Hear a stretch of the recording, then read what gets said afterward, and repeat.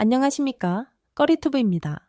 여러분, 지금 중동이 그야말로 화약고를 넘어 거대한 불땅을 위로 변했습니다. 2026년 3월 16일, 올해 오늘 전해드릴 소식은 가히 충격적입니다. 미국 가이스레 그리고 이란 간의 전면전 양상이 이제는 돌이킬 수 없는 강을 건넨 것으로 보입니다. 알자지라를 비롯한 주요 외신과 전 세계 오신트 소식 등들이 실시간으로 쏟아내는 정보들을 보면 제3차 중동전쟁이 이미 시작된 것이 아닌가 하는 우려까지 나오고 있습니다. 오늘 꺼리투브에서는 철저하게 검증된 최신 교전 영상과 팩트를 바탕으로 지난 48시간 동안 벌어진 미김 등전 양을 낱낱이 분석해드리겠습니다. 먼저 보실 영상은 이란의 핵심도 시중 하나인 이 스파한의 모습입니다.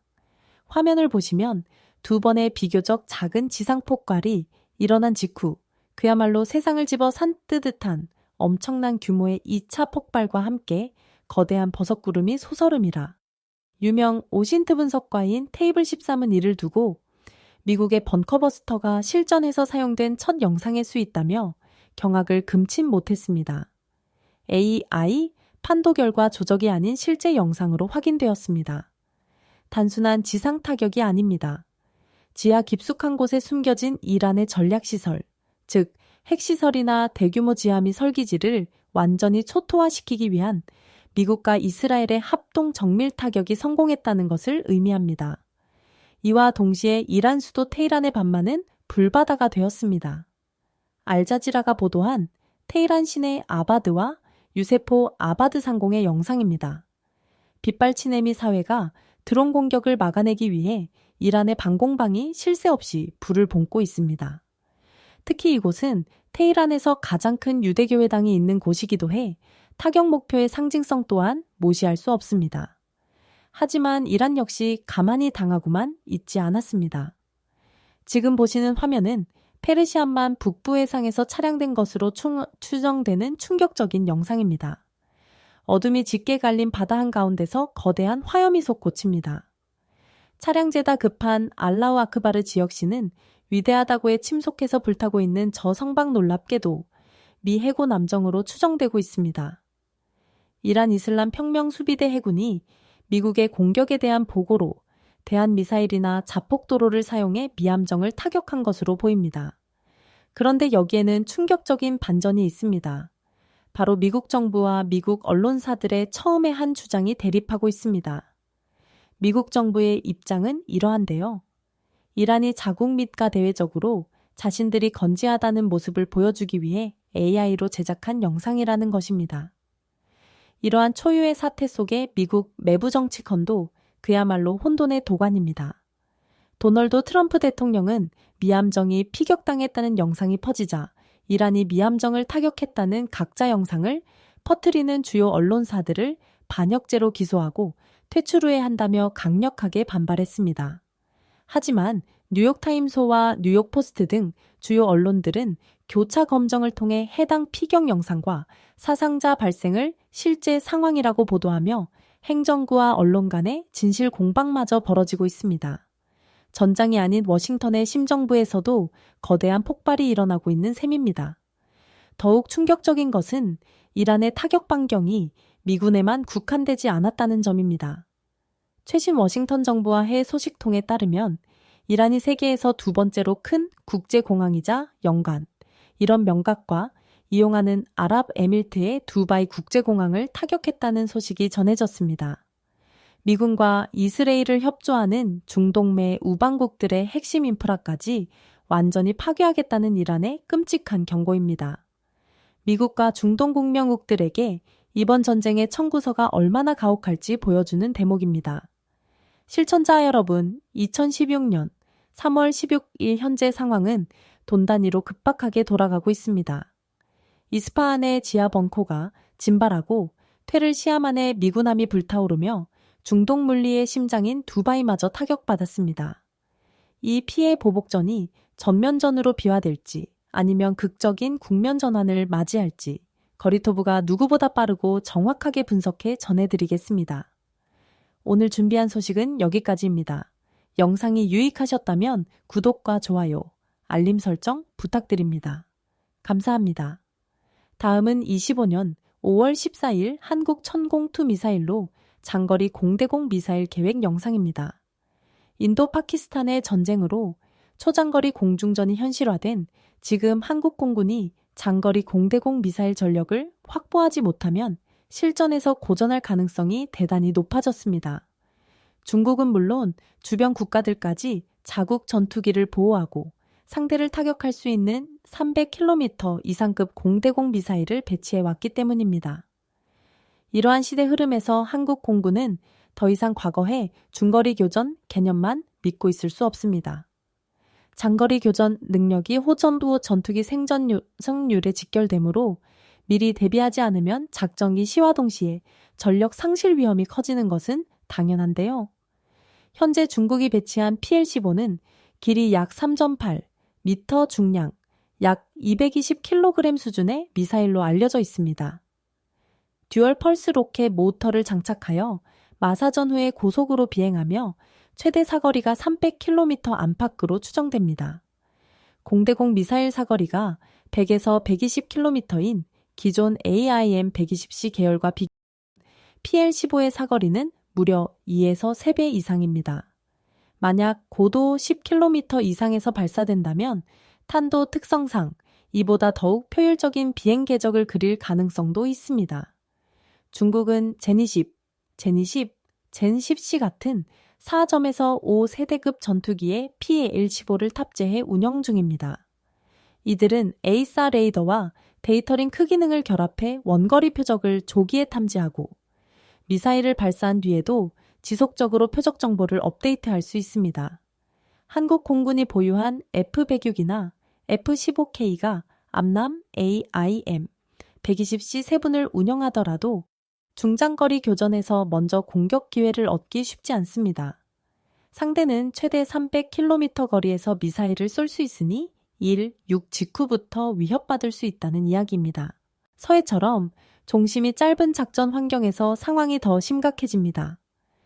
전투기가 공항에서 출격하자마자 적 레이더 감지 범위에 들어갈 수 있고 상대방이 높은 과도와 속도를 먼저 확보하면 PL-15가 훨씬 유리하게 작동합니다. 미국은 이런 흐름을 예측하고 SM-6대310 미사일을 공대공 버전으로 개조하는 연구를 진행해 왔습니다. SM-6은 함정용으로 개발된 미사일이지만 속도마 3점에서 사거리 최대 370km 이상으로 추정되어 항공계 통합할 경우 초장거리 공대공 교전을 지원할 수 있습니다. 또한 AIM-260 프로젝트를 통해 AIM-220D보다 더 긴 사거리인 약 200km 이상과 더 뛰어난 기동력을 부연하려는 시도를 계속하고 있습니다. 일본 역시 미트월을 기반으로 한 독자 영장거리 미사일을 개발하며 초장거리 교전 역량을 키우고 있습니다. 반면 한국은 KF-21에 탑재할 북산 중거리 공대공 미사일을 2030년대 후반에 공격 패치할 계획으로 알려져 있습니다. 개발 완료 시점을 2038년 전으로 잡고 있으니 전력화까지 15년 이상 시간이 걸릴 수 있습니다. 그런데 20차가 매우 큰 문제입니다. 중국은 이미 PL-15를 운영 중이고 러시아 역시 R7 계열을 개량하여 150에서 200km급 사거리를 갖추려 하고 있습니다. 그런데 한국은 KF-21이 블록 1, 2, 3 단계를 거치며 성능을 발전시킨다고 해도 초장거리 미사일 없이 BVL 교전에 들어서면 우위를 점하기 어렵습니다. 스텔스 능력이나 A4, 레이더도 중요하지만 사거리 격차가 나면 먼저 공격받기 때문입니다. 장거리 미사일은 추진체 기술 탐색기 성능 데이터링크 연동이 모두 고난도 분야입니다.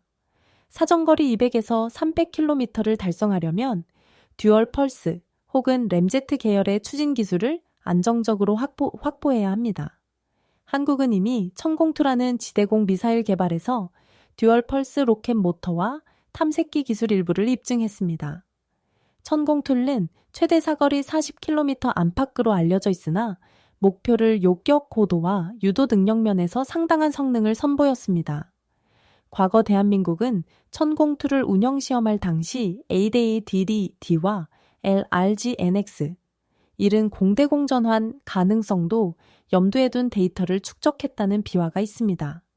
당시 공표된 내용은 지상 발사 성능 시험에 관한 것이었지만 내부 테스트에서는 고도별 로켓 모터 성능 변화를 세부적으로 측정했다는 말이 전해집니다.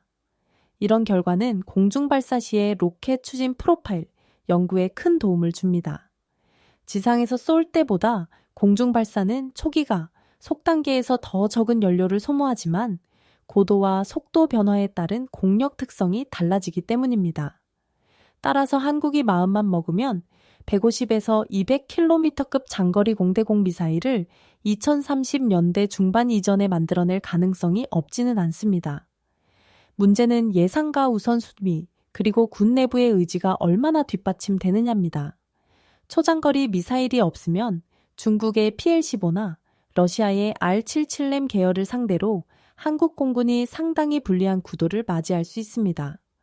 공중전은 먼저 쏘는 쪽이 우위를 점하는데 사거리가 길면 그만큼 선제 공격 기회가 늘어나기 때문입니다.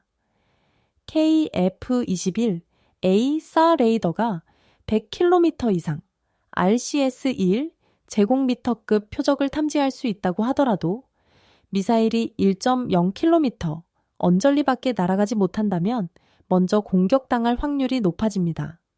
상대는 200에서 300km 밖에서 이미 무장을 발사한 뒤 도망갈 수도 있기 때문인데요. 따라서 미국, 일본처럼 차세대 미사일을 해외에서 긴급 구매하거나 공동 개발을 추진해 시일을 앞당기는 방안도 검토할 만합니다. 그러지 않으면 15년 이상의 공백기가 생길 수 있고 그 사이 중국의 PL-15 후속형이 나오면 격차가 더 벌어질 수 있습니다. 그럼 우리가 사용하거나 사용 가능한 장거리 공대공 미사일의 데이터를 좀 더 살펴보겠습니다. A, IM 1점. 0시 세부는 중량 약 150km, 킬로그램, 길이 약 3.6m, 직경 약 178, 미터 정도이며 최대 사거리가 약 120km 수준으로 알려져 있습니다. 또 AEIM 1.0D는 사거리가 160에서 180km까지 늘어났지만 아직 극초 장거리로 분류되진 않습니다. 운영국가 일부에서 최대 효과 거리는 150km 전후로 파악된 것으로 알려져 있는데요.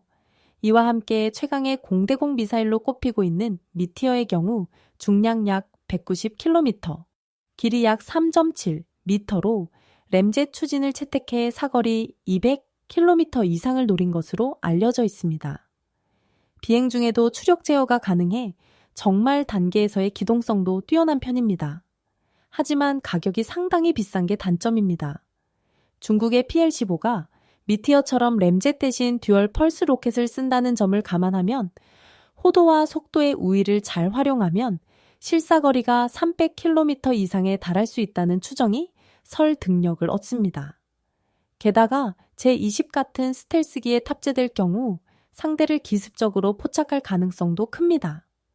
한국이 청공2 지대공 미사일을 공대공 미사일로 확장 개발할 경우 미티어와 비슷한 수준의 중량과 크기를 목표로 삼을 것으로 보입니다. 당연히 탐색기 성능을 어떻게 끌어올리고 조정 면적을 어떻게 구성하느냐가 큰 과제가 됩니다. 이런 초장거리 미사일은 조기 경보기나 지상 레이더 다른 전투기와의 데이터 링크를 통해 표적 정보를 공유받으며 발사 후에도 궤도를 수정해 나가는 것이 핵심입니다. 따라서 전투기만 개발하고 미사일만 개발하는 식의 분리된 접근보다 통합적인 시스템 구축이 중요합니다. KF-21에 탑재될 A-SAR 레이더는 실험 단계를 거치며 성능이 서서히 개선되고 있습니다. 블록2 3A를 얻어야 완성도 높은 탐지 추정 능력을 발휘할 것으로 예측됩니다. 만약 KF-21 레이더가 200km 이상의 교전 정보를 안정적으로 제공해주고 거기에 대응하는 국산 초장거리 미사일이 함께 개발된다면 서해를 포함한 주변 해역에서 중국 공군을 상대로 충분히 억제력을 발휘할 수 있을 것입니다. 이와 관련하여 알려지지 않은 또 하나의 개발 비화가 있습니다. ADD가 청공2 블록업 계획을 세울 때 원래 고고도 요격까지 대응하는 개념을 제시한 적이 있었다고 합니다. 당시 내부 검토 문서에서 최대 요격 거리를 70에서 80km 수준으로 늘리는 방안을 논의했는데 이 기술이 일부 확장된다면 150에서 200km급 공대공 미사일로의 전환도 가능하다는 아이디어가 제시되었다고 합니다. 하지만 결국 예산 문제와 우선순위 등의 이유로 블록업 시점이 늦춰졌습니다. 이처럼 한국은 이미 기초자료와 연구 성과를 상당 부분 쌓아두었지만 본격 추진으로 이어지지 못하고 있습니다. 만약 정치군 사적 결단이 내려진다면 지금부터라도 속도를 낼 수 있지 않을까 싶은데요. 한국 공군이 장거리 미사일 없이 서해에서 중국 공군과 맞서면 이륙 직후부터 PL-15 사정권에 노출될 수 있어 치명적입니다. 특히 중국 전투기가 먼저 고도 10에서 12km 이상을 선정하면 미사일이 중력 이득을 받으며 더 멀리 더 빠르게 날아옵니다. KF-21 블록권 초기 물량이 실전 배치되어도 당장 초장거리 공대공 전투에 뛰어들 순 없습니다. 블록 2-3에서 야 A, S, A, R 레이더 성능이 완성도 높게 업그레이드되며 그 실점에 맞춰 미사일 개발도 병행해야 의미가 있습니다. 그래서 당장 대한민국은 장거리 미사일 체계 확률이 절실합니다. 그리고 한국이 국산 장거리 공대공부기를 개발하는 공백 기간 동안 회상에서 미사일을 발사하는 시스템 구축이 마련되어야 하는데요. 이렇게 되면 공군에서 부족한 교전 거리를 확 끌어올릴 수 있습니다. 결국 장거리 미사일뿐 아니라 조기 경보 자산 데이터 링크 그리고 전투기 레이더 성능이 모두 유기적으로 연결되어야 합니다. 정리해보면 초장거리 공중전시대에선 사거리를 늘리는 것이 생존과 직결된다는 뜻인데요. 한국이 2030년대 중반전으로 200km 안팎의 국산 장거리 공대공 미사일을 실전 배치할 가능성은 충분합니다. 이미 확보한 천공투 기술과 KF-21, ASA, R 레이더가 시너지를 낼 수 있기 때문에 이보다 더 빠르게 앞당길 수 있습니다. 하지만 공백기와 기술 검증 단계를 줄이기 위해서 적극적인 예산 지원과 분순해부의 단호한 의사결정이 필요합니다. 뿐만 아니라 도중에 사업이 흔들리지 않도록 미사일 추진 시스템, 재탐색기 데이터 링크 개발에 집중 투자를 해야 합니다. 특히 PL-15에 대응해 최대 사거리 300km급 혹은 그 이상을 목표로 하는 계획도 장기적으로는 고려해야 합니다. 주변국이 빠른 속도로 차세대 무장을 개량하고 있으니 최소 동등 이상의 전력을 마련하는 것이 안전합니다. 이렇게 개발된 국산 장거리 미사일은 단순한 무장이 아니라 국가 안보를 지키는 방패이자 창이 될 것입니다. 최종적으로는 국산 초장거리 공대공 미사일을 제대로 탑재하여 적을 쉽게 넘보지 못하도록 억제력을 받쳐야 합니다.